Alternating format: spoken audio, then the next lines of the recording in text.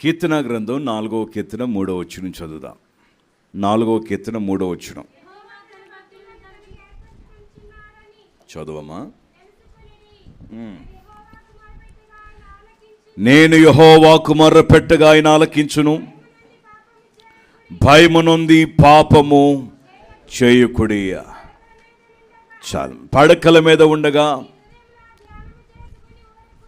మీరు హృదయములో ధ్యానము చేసి ఓరకొండుడి. ఒకటి, ఉదయకాలము ఎందుకు ప్రార్థన చేయాలంటే సిద్ధపాటు జీవితము కలిగి ఉండడం కోసం. అందరూ చెప్పండి, సిద్ధపాటు జీవితం కలిగి ఉండడం కోసం చెప్పండి అందరూ. సిద్ధపాటు జీవితం చెప్పాలి. ఏ జీవితం? ఎంతమందికి కావాలి సిద్ధపాటు? అందరికి కావాలా? సిద్ధపాటు లేకపోతే ఎలాగూ? సిద్ధపడాలి. రేపు ఒక దైవజనులకు అభిషేకం ఇస్తున్నాం. సేవా పరిచర్య కోసం ఉపవాసం ఉండమని చెప్పాం, సిద్ధపడమని చెప్పాం. ఆ అభిషేకం తన జీవితానికి, నేను అభిషేకించిన వాళ్ళంతా గొప్ప గొప్ప సేవ చేస్తున్నారు. నన్ను అభిషేకించిన వారు ప్రభు దగ్గరికి వెళ్ళారు, ఇంకా అమ్మగారు ఉన్నారు. దేవుని మహాకృపను బట్టి అభిషేకించిన వారు నన్ను అభిషేకించారు. దేవుని చేత బలంగా వాడబడుతున్నాం. అభిషేకం తీసుకున్న వారందరూ కూడా వాడబడుతున్నారు. చాలా సంతోషం. చదివాం కదా ఏమా? యెహోవా తన భక్తులను తనకు ఏర్పరచుకున్నాడని తెలుసుకున్నది. నేను యెహోవాకు మొర్రపెట్టగా ఆయన ఆలకించును. దేవుడు నన్ను మిమ్మల్ని ఏం చేశాడమ్మా? ఏర్పాటు చేసుకున్నాడు. చెప్పండి అందరూ ఒకసారి. తన భక్తులను ఏర్పరచుకున్నారని తెలుసుకుని నేను మొర్రపెట్టగా ఆయన ఆలకించును. అందుకనే మనం ఏం చేయాలి? సిద్ధపాటు కలిగిన జీవితం కావాలి. మన దేవుడు మనం ప్రార్థన చేసిన వెంటనే ఆలకిస్తాడు. ఏం చేసిన వెంటనే? ప్రార్థన చేసిన వెంటనే. ఉదయం నుంచి సాయంకాలం దాకా బయలా దిగమని ప్రార్థన చేస్తే కేకలు అరుపులు తప్ప, శరీరం ఒంటి మీద దెబ్బలు తప్ప బయలు దిగల. ఏలియా బలిపీఠం కట్టి, నేను నిజముగా నీ సేవకుడు నన్ను అనుకుంటే నీ అగ్నిని పంపించి దహించయ్యా అన్నాడు. ఏమండి? అగ్నిని పంపించి ఆమేన్ అనగానే అగ్ని దిగి బలిని దహించెను. హల్లెలూయా. 400 మందిని ఓచకోత కోసారట బయలు ప్రవక్తల్ని. దేవునితో ఆటలొద్దు. ప్రభు అవకాశాన్ని ఇచ్చారు. కొంతమందికి ఇష్టం వచ్చినట్లుగా మాట్లాడుతున్నారు. ఆ రాకడలో తప్పించుకోలేరు. దేవుడు మనల్ని ఏర్పాటు చేసుకున్నాడు. ఈరోజు ఒక ఆయన వచ్చారు. ఆయన మీరు చేస్తున్న పరిచర్య చూసిపోదామని వచ్చి అరగంట సేపు కూర్చుని టెస్ట్ మనీ మొత్తం అడిగారు. సాక్ష్యమంతా. ఏమిటండి వీళ్ళంతా అసలు ఎవరండి అన్నారు. మా చర్చి మెంబర్స్ అండి. మీరు పాస్టర్ గారా? పాస్టర్ గారు మాకు తెలియదండి అన్నారు. చాలా సంతోషం, తెలుసుకున్నారుగా. అవును, మా డాడీ మమ్మీ సేవకులు, మేము సేవ చేస్తున్నాం. అక్కవాళ్ళ బాబు అని వాళ్ళకి తెలియదు అసలు. బాబు, పెద్ద బాబు ఏం చేస్తున్నాడు? బైబిల్ ట్రైనింగ్ చేశాడండి. ఎందుకండి ఆ పని చేశారన్నాడు. ఇది ఘనమైన పని అండి, అది మాకు తెలుసు. ఏ పని? ఘనమైన పని అండి. ఓగిరాల వాళ్ళది. వెనిగళ్ళ కుటుంబరావు గారు అండి, అంతేనా వాళ్ళ ఇంటి పేరు? కుటుంబరావు గారు బంధువు అన్నమాట. వారి ఇంటి పేరు వెనిగళ్ళేనా అమ్మా? వెనిగళ్ళేనా? ఓకే. అక్కడికి వెళితే ఇక్కడికి వచ్చారు. సార్ ఒక ఆవును కొనుక్కున్నారు మన దగ్గర. ఆ తర్వాత నా నెంబర్ మిస్ అయిందట. ఇది ఒక్కరోజే మాట్లాడింది నేను ఆయనతో. అదొకలాంటి అభిమానం. కూర్చుని చాలాసేపు మాట్లాడి సార్ మీ టైం నేను పాడు చేస్తున్నట్లున్నాయి, మీకు చాలా పనులు ఉన్నాయి, వాళ్ళు వస్తానండి అని వెళ్ళిపోయాడు. స్తోత్రం కలుగును గాక. హల్లెలూయా. చాలా మందికి దేవుని ఏర్పాటండి. దేవుని సేవ అంటే ఏదో చులకనగా చూస్తారు. యెహోవా ఉత్తముడని రండి, దేవుని సంధికి రండి. యెహోవా చేత ఆశీర్వదించబడినవాడా, బయట ఉంటే నీకేం తెలవదో, ఇదేదో ఒక మతం అనుకుంటాం, ఇదో కులానికి ఆపాదిస్తాం, తెల్లవాళ్ళకి ఆపాదిస్తాం, బ్రిటిష్ వారికి ఆపాదిస్తాం, ఇంకొకళ్ళకి ఆపాదిస్తాం. కానీ లోపలికి వస్తే తెలుస్తుంది ఇది కేవలము దేవుని పని అని. దీనికి కావలసింది దేవుని పిల్లరా సమర్పణ కావాలి. ఏం కావాలి? సమర్పణ. కిందాక నేను వెళ్ళేసరికి యవనస్తులు ఒక్కొక్కరు మాట్లాడుకుంటున్నారు, ఎందుకు ఈ టేబుల్స్ అనవసరంగా వేశాం, కొంతమంది ఇక్కడ కొంతమంది అక్కడ, ఇది ఎవరి కోసం అన్నారు. ముసలోళ్ళ కోసం, బాలింతల కోసం, నాలాంటి బ్యాక్ పెయిన్ వాళ్ళ కోసం, మీలాంటి బ్యాక్ పెయిన్ వాళ్ళ కోసం, నుంచుని తినలేని వాళ్ళకి కూర్చున్నాయా. మరి ప్లేట్లు తీయాలి కదండి, మళ్ళీ ఫీల్ అవుతూ ఉంటారేమో. దేవుని సన్నిధానంలో కలెక్టర్ వచ్చి దొడ్డుగా అడుగుతున్నాడు, నువ్వు నేనెంత? ఎవరండి? ఎవరట? కలెక్టర్ వచ్చే దొడ్డిగా అడుగుతున్నాడు. మనమే పాటోళ్ళం. దేవుడు తన పనిని ఆయన చేయునుగాక. హల్లెలూయా. కలెక్టర్ గారి భార్య సేవలు కోవడం జరుగుతుందట. రాజస్థాన్లో సేవలు కోవడం జరుగుతుంటే ఆవిడ వచ్చి పని చేస్తుంది. అమ్మాయి ఏంటి అక్కడ వచ్చునా, రైట్ అని పిలిచారట.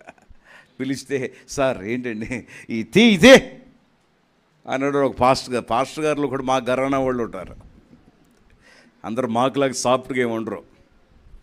కనుక దేవుని పిల్లరా, అయితే ఆ పని ఈ పని ఆ పని అట్లా పనులు చేపించేశారు. కానీ దేవుని మహాకృప చేత తగ్గిపోదులే. దేవుడి మహాకృప చేత 4 దినాలు అయిపోయిన తర్వాత ఈరోజు కలెక్టర్ గారి భార్య అది కూడా చెప్పలా.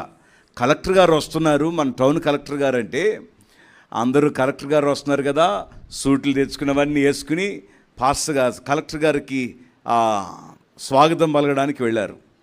పలకడానికి వెళ్తే ఆవిడ వెనకాల వస్తుంది. ఏంటి ఫీన్ ఏంటి ఈ వెనకాల వస్తుంది, వీళ్ళు పని మనిషి అనుకున్నారట.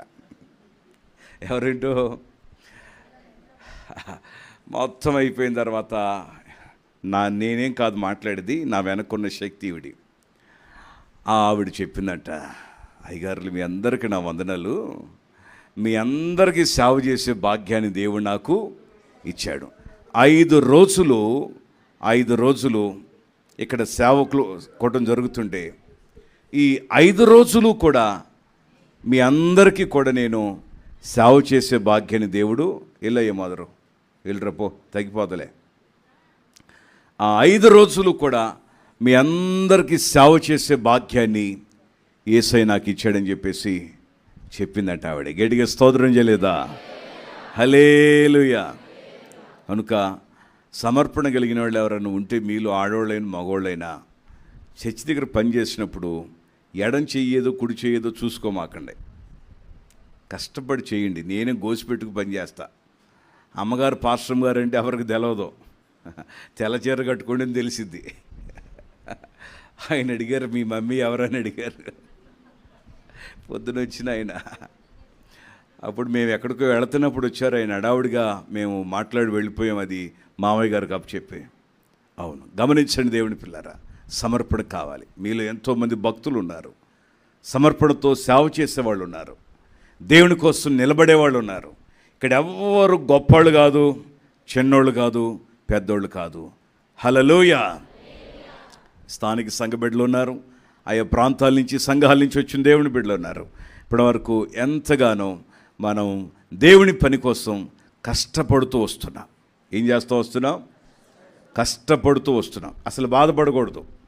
ఎవరు ఖాళీగా ఉంటే ఆ పని చేసేసుకోవటమే.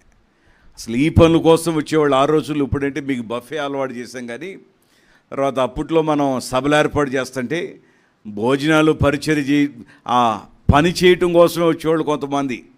మేము విస్తరాకులు తీయాలండి, ఓడవాలండి, కడగాలండి, తోడవాలండి అని వచ్చేవాళ్ళు. వాళ్ళ దేవుడు వాళ్ళ పిల్లల్ని గొప్పగా దేవుడు దీవించేశాడు. హల్లెలూయా. నేనుంటే నేనే చేస్తా అక్కడ. నన్ను ఎక్కడ వదులుతారు? ఫస్ట్ బ్యాచ్ వెళ్ళిపోతారు. అమ్మయ్యా ఖాళీ అయింది, ఏం కూడా అన్నం తిన్నాం అనుకున్న లోపల తినేసి ఇంకో బ్యాచ్ వస్తారు. దేనికోసం? మీకు 11 అయితే మాకు 1 గంట అయింది. ఒకటి గుర్తుపెట్టుకోండి, మనం సామాన్యులం కాదు, దేవుని చేత ఏర్పరచబడిన వాళ్ళం. మనకంటూ ఒక వాగ్దానం ఉంది, మన వెనక ఒక బలమైన శక్తి ఉంది. ఆ శక్తి దేవుడు మన ప్రార్థనలు ఆలకించి అద్భుతంగా ప్రభువు నడిపిస్తున్నాడు. అందరూ సంతోషంగా చెప్పండి హల్లెలూయా. కనుక భయము నొంది పాపం చేయకుడి. మీరు పడకల మీద ఉండగా మీ హృదయములో ధ్యానము చేసుకుని ఊరకనే ఉండవు. పడకల మీద ఉండగానే ప్రభువుని ధ్యానించాలి. ఎక్కడండి? అందుకని ఉదయకాలమే మనం ఏం చేయాలట? సిద్ధపాటు జీవితం కలిగి వండటము కోసమే ఉదయకాల ప్రార్థన. కీర్తన గ్రంథము 90వ కీర్తన 14వ వచనం, మార్కు సువార్త 1వ అధ్యాయం 35వ వచనం. సిద్ధపడండి, ఉదయమున నీ కృపతో మమ్ములను తృప్తిపరచుము, ఉత్సహించి సంతోషించే. ఉదయమున నీ కృపతో మమ్మను తృప్తిపరచుము, అప్పుడు మేము మా దినములని ఉత్సహించి సంతోషించేదము.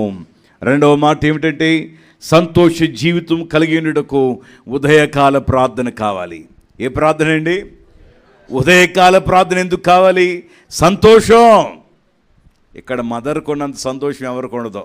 కొంచెం బాగోట్లు ఈ మధ్యకాలంలో. మదర్ కోసం కూడా ప్రార్థన చేయండి, దేవుడు ముట్టి బాగు చేస్తాడు. ఉదయకాలమున నీ కృపతో మమ్ములను తృప్తిపరచుము, అప్పుడు మేము మా దినములనియు. ఈరోజు సబ్ కలెక్టర్ గారు, ఆవిడ అసిస్టెంట్ కలెక్టర్ గారు ఎవరో, మొత్తానికి నేను సరిగ్గా చూడలేదు, అది ప్రభుత్వ మీటింగ్కి వెళుతున్నప్పుడు యాక్సిడెంట్ అయి చనిపోయారట. ఒక లేడీ. ఈరోజు మనం లేచిన ఎంత ప్రయాణం చేస్తున్నాం. ఉదయం లేచింది బళ్ళ మీద, సైకిళ్ళ మీద, ఆటోల మీద ప్రయాణం చేస్తూనే ఉన్నాం. అందుకనే భక్తు ఉదయం నీ కృపతో మమ్ములను తృప్తిపరచుము, అప్పుడు మేము మా దినములనియు ఉత్సాహిస్తాం. అప్పుడు మేము సంతోషంగా ఉంటాం. దేవుడు మన ప్రార్థనలకు ఇస్తే మనకేంటండి? సంతోషమే కాదా? చెప్పండి. దేవా ఒక మగ పిల్లోడిని దయచేయి, ఒక మగ పిల్లోడు దయచేయి, నాకు ఆడపిల్ల పుట్టింది అనుకు ఏం చేస్తా? సర్లే అని అనుకుంటావా? ఎంత దిగులో.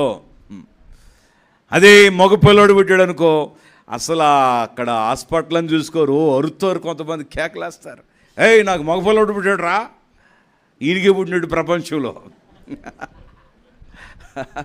అసలు 10 నెలలు కష్టపడి మోసి, 9 నెలలు కష్టపడి మోసి భార్య అసలు ఎట్ట ఉందో చూసుకోడు, వెళ్ళి ఆవిడ బాగుందో లేదు చూసుకో. ఏయ్ నాకు మగపిల్లోడు పుట్టాడు రా, నానా నాకు మగపిల్లోడు పుట్టాడు, అత్తయ్య మగపిల్లోడు పుట్టిన కేకలేస్తారు. అదే నీవు అడిగిన వెంటనే దేవుడు నీకు. ఇప్పుడు లోన్లు పెట్టుకుంటున్నారు చాలామంది.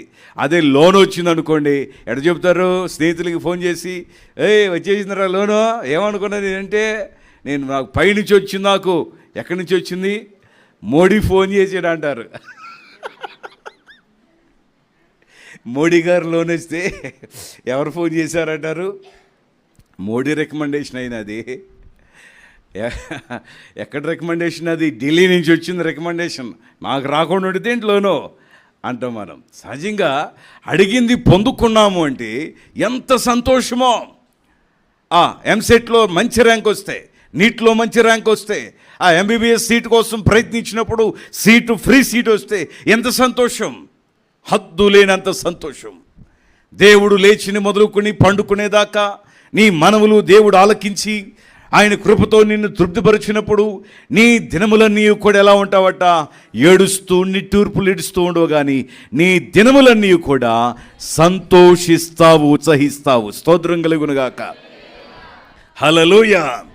రెండవది, ఒకటి సిద్ధపాటు జీవితం కోసం ఉదయకాల ప్రార్థన కావాలి. రెండవది సంతోష జీవితం కోసం ఉదయకాల ప్రార్థన కావాలి. ఏం కావాలి మీకు? సంతోష జీవితం. చెప్పండి, సంతోష జీవితం కోసం ఉదయకాల ప్రార్థన కావాలి. మార్కు సువార్త 1:35 కీర్తన గ్రంథం 63:1 తీసుంచండి. ఆయన పెందల కడనే లేచి ఇంకను చాలా చీకటి ఉండగానే బయలుదేరి అరణ్య ప్రదేశమునకు వెళ్ళి ఏకాంతంగా ప్రార్థన చేశాడు. వీళ్ళు పడుకుని ఉండేవాళ్ళు, శిష్యులు అలసిపోయి ఉండేవాళ్ళు కదా. యేసు ప్రభు లేచి వెళ్ళిపోయి ఇంకను తెల్లవారక మునిపే చీకటిగా ఉండగానే, ఎప్పుడు ఉండగానే చెప్పండి, వీళ్ళు మాట్లాడు గుసగుసలు ఆడుకుంటారు. మేరీ ఆంటీ మొక్కలు పెడుతుందా? అట్టికే మొక్కలు పెడుతుంది మీకు. ప్రభుకి స్తోత్రం చెప్పండి. పిల్లలు ఎంత చక్కగా చెప్పుకుంటారో.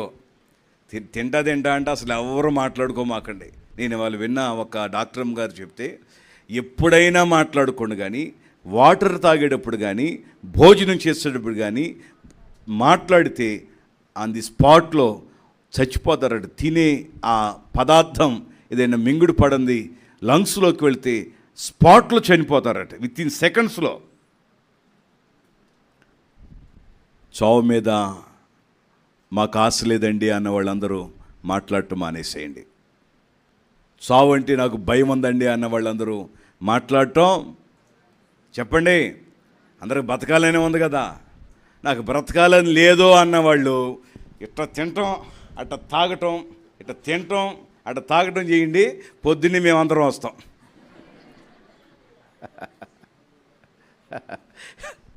ఎవరన్నా ఉన్నారా అసలు అట్లా?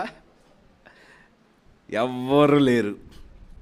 ఒక మామగారి మధ్య బాగోక ప్రార్థన చేయడానికి వెళ్తే, మామ నీ పరిస్థితి ఏం బాగోలేదు, నువ్వు వెళ్ళిపోతావు, యేసయ్యా నన్ను బాగు చేయి అని అడగమాకు, పరలోకం దయచి. నా మనవడి పెళ్ళి చూడొద్దా, నువ్వే చూడాలా అంటుంది. 90 ఏళ్ళు ఆవిడికి. మా మామగారు అంత వయసు, అమ్మమ్మ అంత వయసు. పైకి చచ్చిపోతామంటారు కానీ చచ్చిపోవాలని వాళ్ళకి ఉండదు, ఎవరికి ఉండదండి భూమి మీద. అందుకని మీరు అందరూ సంతోషంగా ఉండాలంటే పొద్దున్నే లేచి ప్రార్థన చేయండి. యేసయ్య ఉదయం లేచి ప్రార్థన చేశారు. మూడవది ఏమిటంటే క్రమమైన జీవితం కలిగి ఉండటం కోసం ఉదయకాల ప్రార్థన, క్రమశిక్షణ కోసం. ప్రభాన చూపులు పడిపోకుండా, మాటలు పడిపోకుండా, ఉద్దేశాలు పడిపోకుండా, పని చోట్ల గొడవలు అవ్వకుండా. ఏమండి, కొంతమంది భోజనాల దగ్గర గొడవలు ఆడుకుంటారు, పనుల దగ్గర గొడవలు ఆడుకుంటారు, బస్సులో సీట్ల దగ్గర గొడవలు ఆడుకుంటారు, పెట్రోల్ బంకులో ఆయిల్ కొట్టించుకునే చోట గొడవలు ఆడుకుంటూ ఉంటారు. ఎగ్జిస్ట్ టవర్ కొంతమంది హార్న్ కొడితే కోపం, తప్పుకోరు. గేదెలన్నా తప్పుకుంటాయి కానీ మనుషులు తప్పుకోరు. కానీ హార్న్ కొట్టకూడదు. సౌండ్ చేయబాక, రోడ్ నీదా అంటారు. ఆయనది కాదు, నాది కాదు, నీది కాదు, ఎవరిదే? అందరిదే అని చెప్పండి. గవర్నమెంట్ వాళ్ళదేంటి? ట్యాక్స్ కడుతుంటే మనం 10 లక్షలు పెట్టి కారు కొంటుంటే 2 లక్షలు ముందే కట్టేస్తున్నాం ట్యాక్స్, రోడ్ ట్యాక్స్.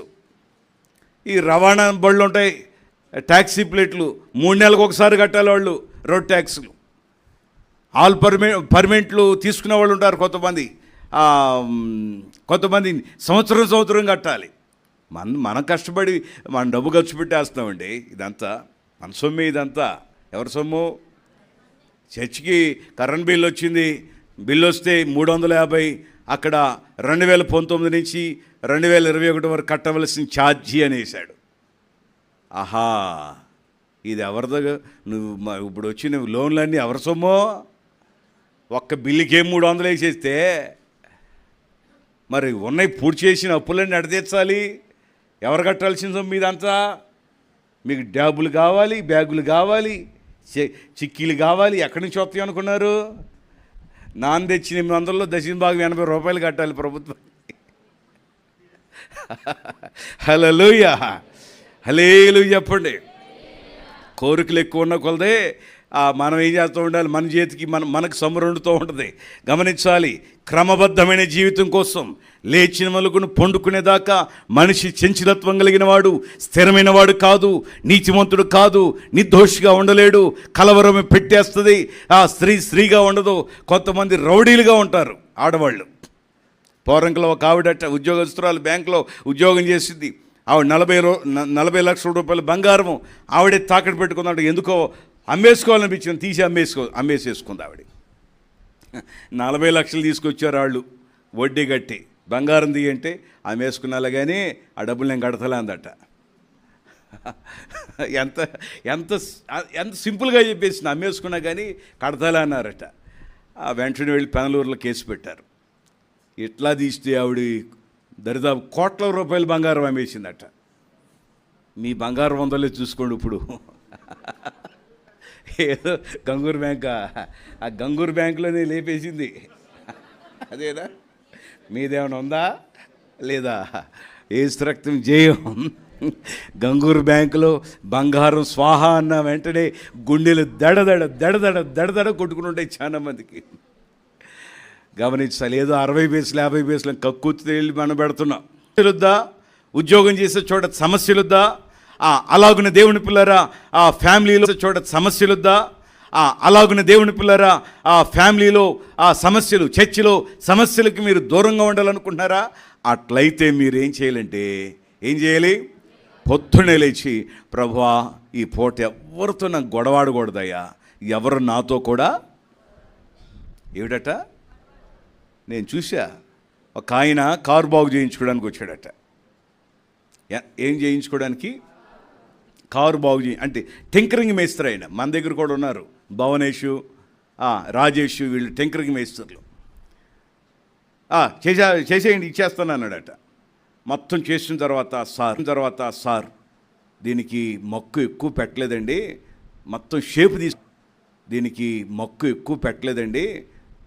షేపు తీసుకొచ్చి నీట్గా నీ బలమును నీ ప్రభావమును చూడవలని ఉదయమనే లేచి పరిశుద్ధాలయమందు నేనెంత ఆశతో ఉన్నానయ్యా, దేవా దేవా దేవా అని ఏడుస్తున్నాడు. 4వ మాట చెప్తున్నాను. ఎందుకు ఉదయకాల ప్రార్థన అంటే, ఉదయమే లేచి ఎందుకు ప్రార్థన చేయాలంటే, బలహీన సమయంలో బలము పొందుకోవడం కోసం. ఏ సమయం? బలహీన సమయం. ఒక 2 రోజుల కిందట ఒకరు హాస్పిటల్లో ట్రీట్మెంట్ తీసుకుంటున్నారు. పాస్టర్ గారు అసలు నాకు చచ్చిపోవాలనిపిస్తుందండి అని మెసేజ్ పెట్టారు శనివారం నాడు. వెంటనే ఫోన్ చేశా. ఎందుకు వచ్చిందండి ఆ మనసు? ఏమోనండి, అసలు భరించలేకపోతున్నా, చనిపోవాలనిపిస్తుందండి, ఈ పెయిన్స్ తట్టుకోలేకపోతానండి అన్నారు. మీకోసం ప్రార్థన చేస్తాం, ధైర్యంగా ఉండండి, తగ్గిపోతాయి. చచ్చిపోతే మళ్ళీ భార్యకి భర్త దొరుకుతారా? పిల్లలకి నాన్న దొరుకుతాడా? కొంచెం ఓర్చుకోండి. దేవుడికి స్తోత్రం కలుగును గాక. ఈరోజు ఫోన్ చేసాం, ఎలా ఉందయ్యా? కొంచెం నెమ్మదిగా ఉందండి, కానీ కొంచెం ఆందోళనగా ఉందట. ఎలా ఉంది? అదే బలహీన సమయంలో. ఏ సమయంలో?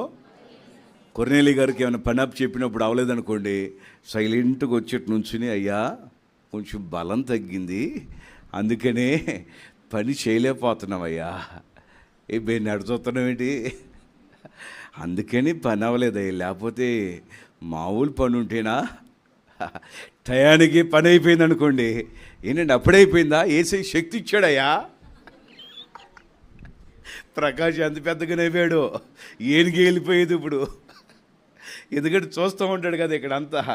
అదే కానీ పని అయిపోయింది అనుకో, ఏసై శక్తిని ఇచ్చాడయ్యా. అంతే. బలహీన సమయంలో మనకేం కావాలి? వాస్తవంగా ఆయన ఇప్పుడు 2016లో చచ్చిపోవాల్సిన వ్యక్తి దేవుడు బ్రతికించి ఈ తాడికొండలో కట్టిన మందిరంలో కూడా పనిచేయడానికి దేవుడు వాడుకున్నాడు. అంతే, అదొక సాక్ష్యం అండి. మనం వెళ్ళిపోవచ్చు. ఎవరు చేశారు ఇది? కొర్నేలి గారు చేశాడు. ఏడైనా ప్రస్తుతానికి ఉన్నారు. ఇప్పుడు చెబుతున్నా, ఒక 20 ఏళ్ల తర్వాత 30 ఏళ్ళ తర్వాత ఎవరైనా వచ్చి, ఏంటి భలే ఉందా ఈ స్టీల్ రైలింగ్, ఎవరు చేశారు?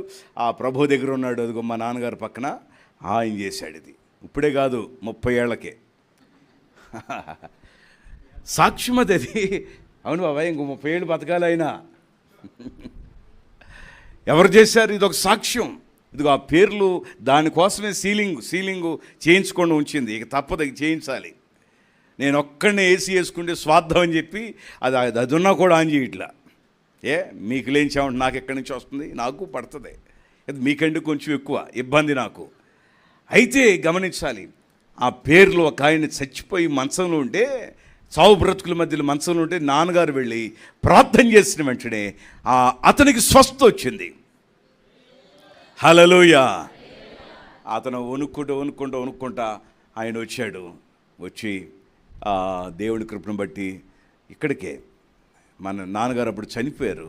ఆయన ప్రార్థన చేసినప్పుడు స్వస్థ వచ్చింది. నాన్నగారు చనిపోయారు.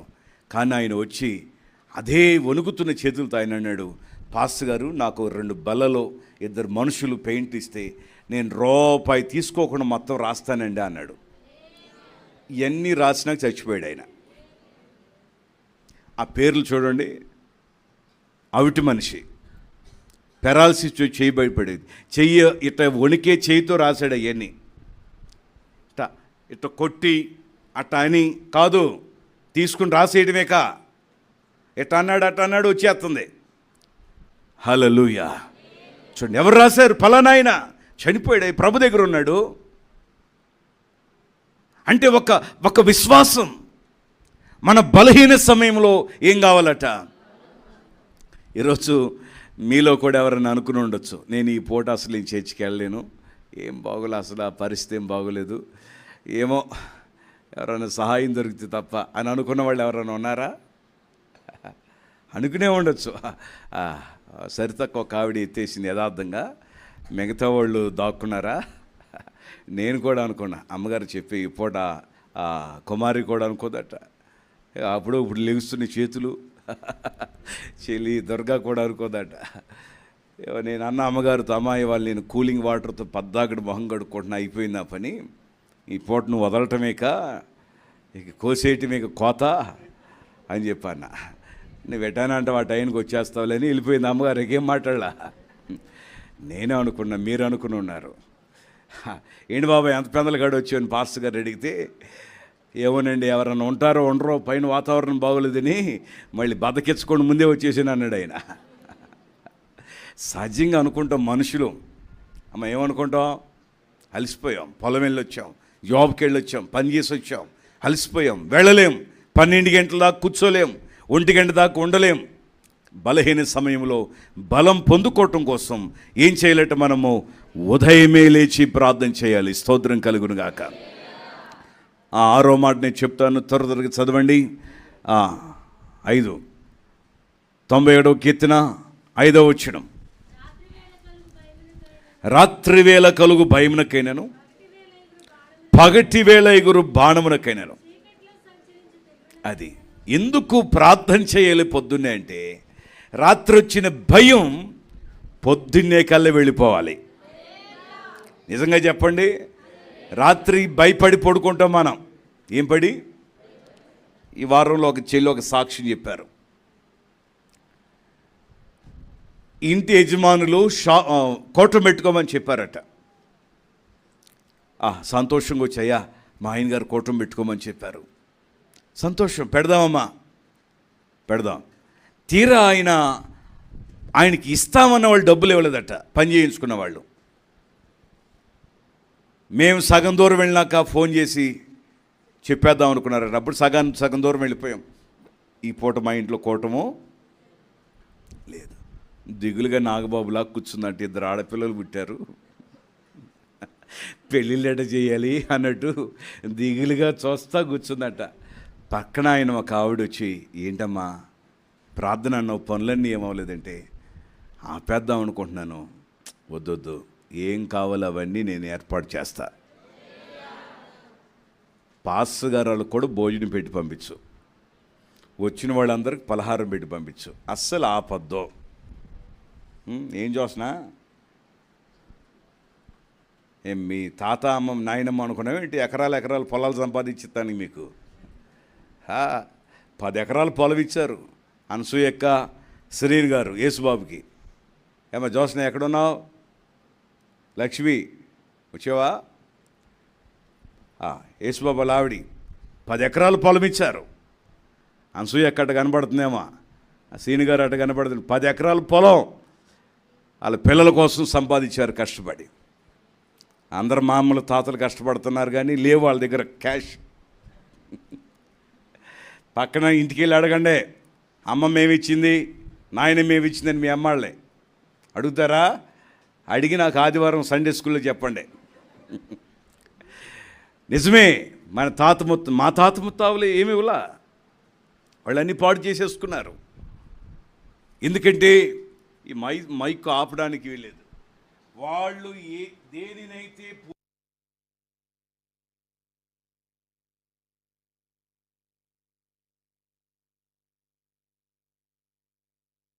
హల్లెలూయా, ఈ జీవంగల దేవుడు నీటి బొగ్గలాగా పుట్టిస్తాడు. తీసుకో తీసుకో తీసుకో తీసుకో. ఇక్కడికి స్తోత్రం చెప్పండి. దాగోన్ దేవత కాదు మింగేయటానికి. జీవంగల దేవుడు ఈ దేవుడు. నీలో ఉన్న భయం, అప్పుల భయం, అనారోగ్య భయం, సంతానలేమి భయం. దేవుంట్లో కొంతమంది పొద్దున్నే లేచేసరికి ఇంటికల్లా ఓనర్ వస్తే అద్దె కట్టడానికి ఏం చెప్పాలని భయపడితే పడుకుంటారు. పొద్దున్నే అసలు ఆయనే రాడు. ఒకరోజు ఉంటాం, రెండో రోజు ఆయనే ఫోన్ చేసి డబ్బులేమా పంపించలేదు అని అడగడం. ఫోన్ చేసినప్పుడు దడ కొంతమందికి తీసి అంకుల్ అని ఏమండవు. అమ్మా ఆందోళన పడమాకు, డబ్బులు ఉన్నప్పుడు ఇవిలే, పిల్లలకు మొదలు చూసుకో అని కోపిస్టోడే చక్కగా చెప్పేస్తాడు. ఎందుకని? నీ బలమైన ప్రార్థన ఒక అన్యాయస్తుడైన న్యాయాధిపతి మనసే మార్చేస్తుంది. ఏ మనసు? దేవునికి భయపడక మనుషులను లక్ష్య పెట్టని న్యాయాధిపతి, దేవునికి భయపడ్డ మనుషులకు లక్ష్య పెట్టిన ఒక వ్యక్తి వచ్చి ఒక వెధవరాలకు న్యాయం తీర్చేశాడు. స్తోత్రం కలుగునుగాక. కొంతమంది ఏమో హెడ్ మాస్టర్ ఏమంటాడు, హాల్ టికెట్ ఇస్తాడు ఇవ్వడం పిల్లల కోసం అని వెళ్తే ఇచ్చేస్తా కానీ మార్కులు ఇష్టమనో హాల్ టికెట్ ఇచ్చేస్తాను, ఎగ్జామ్స్ అయిపోయినాక పాస్ అయినాక మార్కులు లిస్ట్ తీసుకుని డబ్బులు కట్టను అంటాడు. యేసు రక్తమే జయం. ప్రస్తుతానికి పూట ఏమైపోయింది? ఎంతమంది గుండెలు దడ అనుకుంటూ వెళ్ళిన వాళ్ళు ఎంతమంది ఉంటామండి?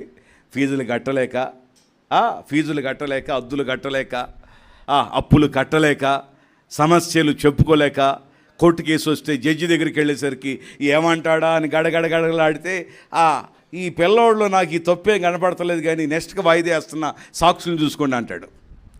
యేసు రక్తమే జయం.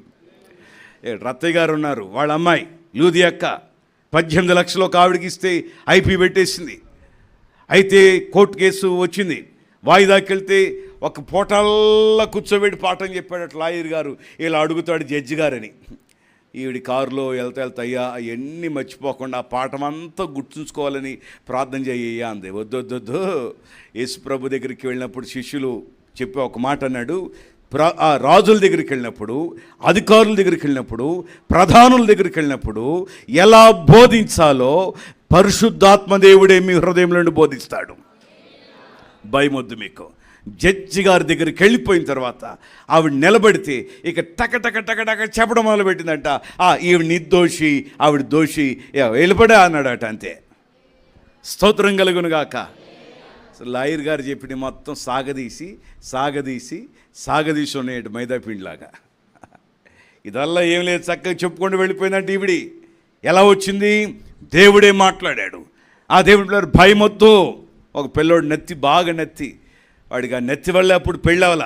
ఇప్పుడు చక్కగా 2 పిల్లలు ఉన్నారు, పిల్లలకు నెత్తే లేదు. స్తోత్రం కలుగునుగాక. అయితే వాళ్ళ అమ్మాళ్ళు పెళ్ళికి వెళ్ళిన చోటల్లా నవ్వమాకరా నువ్వు, మేము చెబుతాం మా అబ్బాయికి సిగ్గు ఎక్కువ అని ఇట్లా తలకాయ తీసుకుని నవ్వితే పొళ్ళు కనబడతాయి, నోరు తెరుస్తాడు. ఏం పేరంటే చెప్పాలిగా. నేను చెప్తానమ్మా జీవనం అంటే ఒప్పుకుంటాడా? ఒప్పుకోరాళ్ళు. అబ్బాయిని చెప్పమని అన్నారు. జీవనం అనే లోపల వద్దులే, పిల్ల టెండోళ్ళు పడతారో అనుకున్నారు. వెళ్ళిన చోటల్లా భయం. పిల్లోడిని ఏం అడగకుండా ఉంటే బాగుండు, పిల్లోడిని ఏం అడగకుండా ఉంటే బాగుండు. చూసిన అమ్మాయి ఏమంటే నచ్చాడు అని చెప్పాలట. ఏది ఏమనుకున్నది, జాంకాయ లేకపోతే యాపిల్కాయ నచ్చాడు అంటానికి. మన ప్రార్థనలు అట్లా ఉంటాయి, కానీ దేవుడు మన ప్రార్థన ఆలకిస్తాడు. హల్లెలూయా. ఆ పిల్లోడికి పెళ్ళి అవ్వదు అనుకుంటారు, కానీ దేవుడి మహాకృపను బట్టి కొంచెం బాగా పేదమ్మాయి, అమ్మాయి తనకు కూడా తల్లిదండ్రులు లేరు, వాళ్ళ బాబాయి ఇచ్చి పెళ్లి చేశాడు. చక్కటి ముత్యాలు లాంటి పిల్లలు పుట్టారు. నిజంగా దేవుని పిల్లరా, ఎంత నమ్మకంగా చూసుకుందండి భర్తని, అంత నమ్మకంగా చూసుకునేది. హల్లెలూయా. ఇట్లా చెబుతూ వెళితే వివరిస్తే చాలా విషయాలు. భయము భయము భయము భయము లేని వ్యక్తే లేవద్దు. అందుకని 360 సార్లు కంటే ఎక్కువే రాసుంటాయి బైబిల్లో, భయపడద్దు భయపడద్దు భయపడద్దు భయపడద్దు భయపడద్దు. స్తోత్రం కలుగునుగాక. మీకు ఒక విషయం చెప్తాను. ఇప్పుడు ప్రతి ఒక్క చోట హెల్మెట్ అడుగుతున్నారు కదా, హెల్మెట్ లైసెన్స్ అడుగుతున్నారు. ఒక అతను జొమాటోనా స్విగ్గీనో వెళ్తే ఆపేశాడు. ఎస్ఐ గారు వచ్చి ఆపేశాడు. రారా ఇట్రా, నువ్వు ఇట్రా, రా పైకి రా. ఇతనే జొమాటో బ్యాచ్. ఆపేశాడు. ఓ ఫీల్ అయిపో నీలో నువ్వు సన్నాసి, తిక్కలోడా, మడ్డోడా, సన్నాసిోడా, పనికిరావు నువ్వు అన్నప్పుడు మొహం ఎట్ట పెడతా? నన్ను లక్కీ అన్నప్పుడు ఎట్ట పెడతా? ఓ ఫీల్ అయిపోతున్నాడు అసలు. ఎస్ఐ గారు వెళ్ళిపోయి, లైసెన్స్ ఉందా అని ఫీల్ అయిపోతున్నాడు. లేదు. ఇన్సూరెన్స్ ఉందా? లేదు. నానా అసలు ఎందుకు ఫీల్ అవుతున్నావు నానా అన్నాడు ఎస్ఐ గారు వెళ్ళి. వాడు లోపల భయం, ఎంత పైన వేస్తాడని. సార్ ఏం లేదు సార్, ఆర్డర్ లేట్ అయితే పెనాల్టీ కట్టాలి సార్ అన్నాడట. లైసెన్స్ తీసుకో, హెల్మెట్ కొనుక్కో, ఇన్సూరెన్స్ పెట్టుకోండి. సరే సార్ అన్నాడు. అసలు చూసి ఆయన అంటాడు, ఇట్లా నవ్వాలి నాన్న, ఇట్లా నవ్వాలి అన్నాడు. ఎవరో ఎస్ఐ గారండి. ఇట్లా నవ్వాలి నాన్న అనేసరికి అసలు పోస్టులో కామెంట్లు పెడుతున్నారు, ఎస్ఐ గారండి మీకులాగా ఉండాలండి, ఫ్రెండ్లీ పోలీస్ అట. ఏ పోలీసు? వాడి లోపల భయం, గడగడ పోలీసులు ఆపినప్పుడు గడగడ ఉనికిపోతూ ఉంటాయి. కొంతమంది బండి పెట్టి నడుచుకుంటూ వెళ్ళిపోతారు. ఆవిడ అక్కడే ఉండిపోద్ది. ఎవరో ఆయన వెళ్ళిపోతాడు. ఏడమ్మ మీ ఆయన ఏంటి?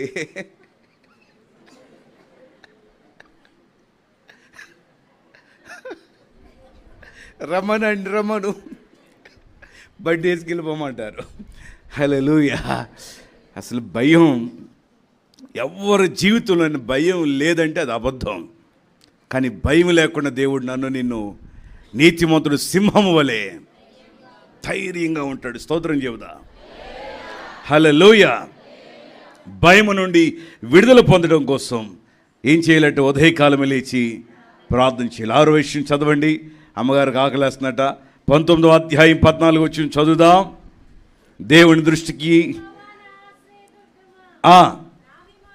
నా విమోచకుడా, నా నోటి మాటలను, నా హృదయ ధ్యానమును నీ దృష్టికి, నా నోటి మాటలు ఏమిటట? నీ నోరు తెరచిన, ఏమ్మా చెప్పండి ఏంటి? నోరు తెరచిన. సమాధి తెరిస్తే ఏమవుతుంది?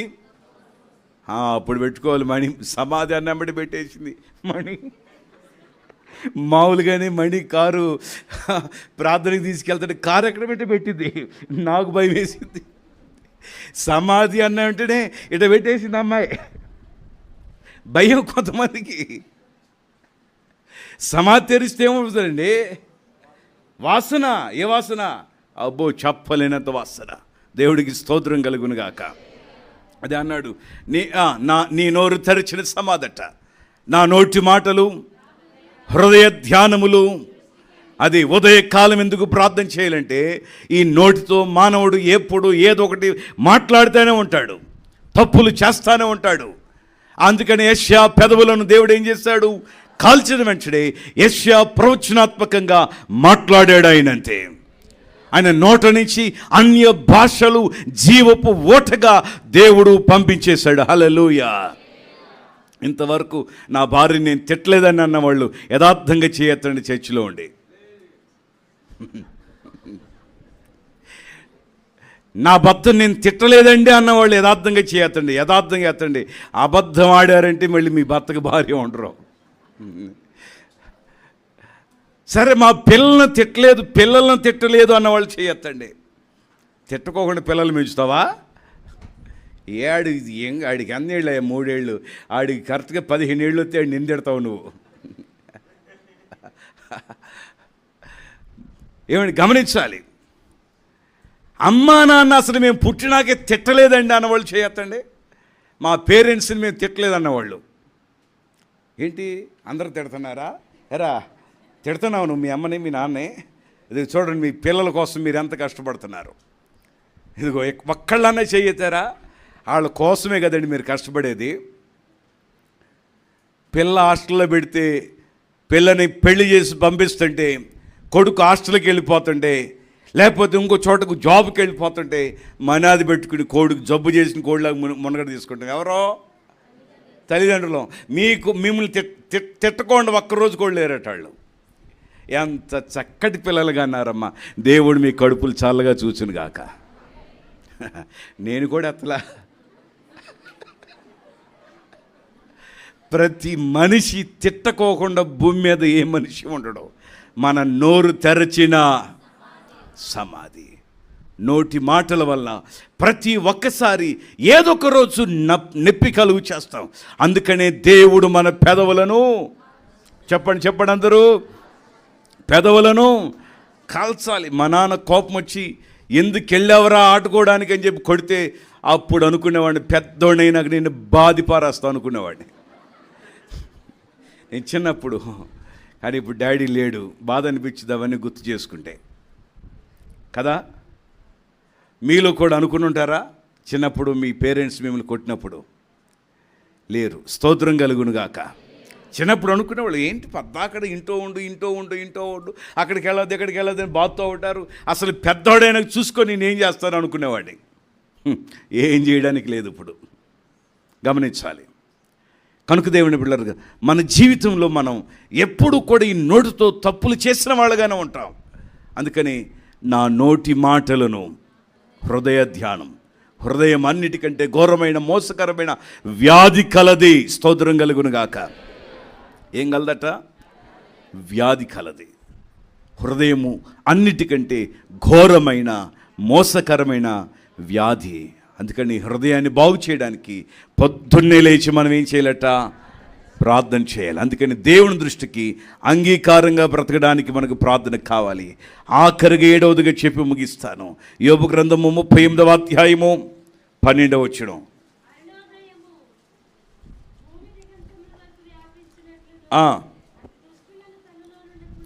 దుష్టత్వమునకు లోబడకుండా ఉండడానికి ఉదయమే లేచి మనం ఏం చేయాలట? చదువుకోవచ్చు. ఆ వచ్చినమంతా చదువుకున్న తర్వాత అది చాలా పెద్ద మాటలు అవన్నీ కూడా. దేవుని పిల్లారా, ఎందుకు మనం ప్రార్థన చేయాలని భక్తుడు అంటున్నాడంటే, మనము దుష్టత్వానికి లోబడకుండా ఉండడానికి ప్రార్థన చేయాలి. హల్లెలూయా. 7 విషయాలు చెప్పండి. 1, ఎందుకు కావాలి ఉదయకాల ప్రార్థన?